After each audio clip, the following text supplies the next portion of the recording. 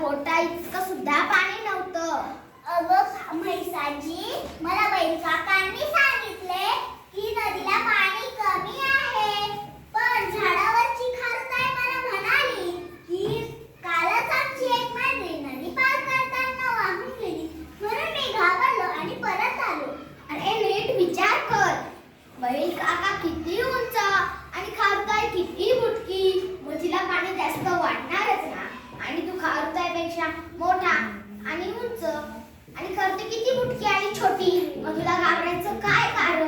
खरंच की माझ्या लक्षात आलं. आता